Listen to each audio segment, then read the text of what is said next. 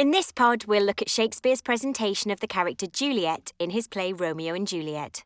Juliet is the only child of Lord and Lady Capulet. At the start of the play, she's presented as an innocent 13-year-old who's not been personally involved in the feud between the Capulet and Montague families. This is shown by Lord Capulet's description of her as yet a stranger in the world, which emphasizes her youth and purity. When Juliet first meets Romeo, she's reluctant to kiss him and behaves in the proper way for an Elizabethan young lady, stating that palm to palm is holy palmer's kiss, and that lips are for prayer.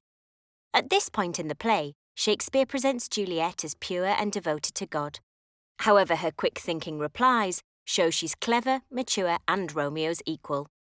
Juliet understands that it's wrong for a Capulet to love a Montague, but she can't betray her heart. Even before she learns his name, Juliet says of Romeo, "If he be married, my grave is like to be my wedding bed." Shakespeare uses lots of images like this of Juliet marrying death to show us the consequences will be serious and to foreshadow the final deaths of the star-crossed lovers. By Act 2, Juliet's already changing and is less innocent and more rebellious. Romeo overhears her asking, "Wherefore art thou Romeo?" and urging him to doff thy name, meaning to rid himself of his identity as a Montague. This shows Juliet believes that the feud shouldn't interfere with true love, and that she wants them to both be free from their families. This is a huge change. By the end of Act 2, Scene 2, Juliet has agreed to marry Romeo behind her parents' back. But Juliet's youth and inexperience are still obvious in Act 3, Scene 2, when she hears that her husband Romeo has murdered her cousin Tybalt. She speaks in oxymorons like damned saint and honourable villain. Oxymorons are contradictions, and Shakespeare uses them to show how confused Juliet's feelings are. Juliet then reacts like a faithful Elizabethan wife, calling Romeo my lord. Her distress when she hears that Romeo has been banished from Verona is shown when she says, "That one word banished hath slain 10,000 Tybalts." This shows how much she loves Romeo and that his banishment is much, much worse for her than her cousin's death. Her last words to Romeo are, "Methinks I see thee, as one dead in the bottom of a tomb." This foreshadows the final time Juliet sees her husband in Act 5, Scene 3 when he is dead.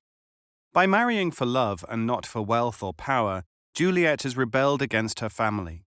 In Act 3, Scene 5, Lord Capulet can't believe his daughter dares to disobey him by refusing to marry Count Paris. He calls her a wretched puling fool, which means she's whining, and a green sickness carrion, which compares her to rotting meat. This shows how much Juliet has changed since meeting and marrying Romeo. Capulet views his daughter as a way of gaining wealth and power through marrying her off to a man of high status. This attitude was typical of the time the play was written. However, Juliet's reaction and disobedience aren't typical. She would have been expected to obey her parents unquestionably and marry who they chose for her, regardless of her own wishes. Juliet doesn't have a close relationship with her mother, as she spent much more time with the nurse growing up. Juliet trusts her, and it's the nurse who helps Juliet with arranging the wedding and getting Romeo to her on the wedding night. The nurse is the only character in the Capulet household who Juliet can speak freely to. That's why Juliet feels so betrayed in Act 3, Scene 5, when the nurse tells her to marry Count Paris, saying she thinks Juliet will be happy in this second match, for it excels your first. In Act 4, Scene 3, Juliet takes Friar Lawrence's potion to fake her own death. Here we see a brave but scared Juliet who says, "I have a faint cold fear thrills through my veins."